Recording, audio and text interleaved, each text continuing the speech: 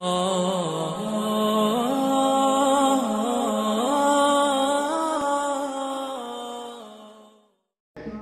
مدرسو والو په ما سم مړه دي خلک ما ته وایي تا ته ډېرې کنځلې کېږي او دا کېږي زه یم کوي به که نه ځکه چې زه انجکشن یې وام او چې څوک انجکشن وایي نو څوک وله مټایان نه ورکوي چې چمچم به ورکوي یا به وله د مټایانو ډبیا دي خو کنځلې به کېږي نه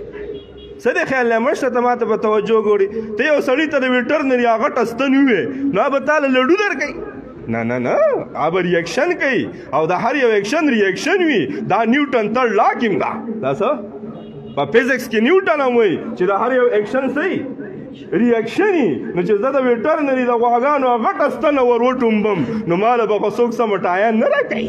څه نو جہاں کی ساری کمالات ایک تجھ میں ہیں او کئی دی کنزلے کنا مانا وہ چاہ انٹرویو کی تفوس کو دی متعلق سے دا زما ذات سره مسئلہ دا بدی زما پروانی او گره زما مراکز دی سوک نچیڑی آسینه زما شیوخ سوک بد یاد کی آسینه زما صحابه سوک بد یاد کی آسینه زما انبیاء متعلق گره سوک ہوئی دا گره آغا کوٹے والا مولا نہ دے ربی کعبہ کی قسم گھر میں گھسوں اپنے اکابر کی عزت اور ناموس کی خاطر یہ وہ مولوی نہیں ہے آپ کے گھر میں گھسے گا اور اکابر کی عزت کا سوال کرے گا کہ آپ نے میرے اکابر پر انگلی کیوں اٹھائی وہ ذاتی لحاظ سے سنوین سو ننیویلہ شمپے خور ملکا په جرګه پوهېږم په اخلاقو پوهېږم په هر څه پوهېږم او د ټوپک او د تمانچې په 9mm په شپېلۍ هم پوهېږم خو نه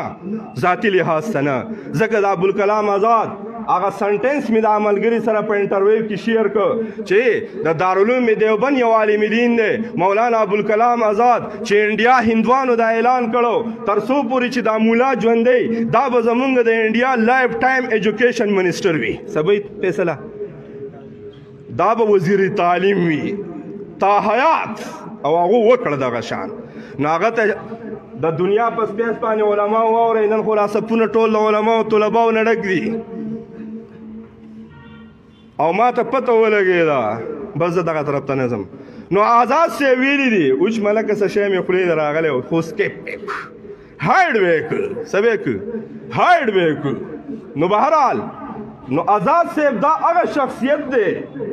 چې د دنیا په مخ باندې په علماو کې دا ټاپ کس دی چې د ده نه زیاتې کنځلې بل ملا ته نه دي شوي څه هلکه په مخ د ځمکې د صحابو نه بعد وسني دور کې کم عالم دی مولانا ابوالکلام آزاد چې دې ته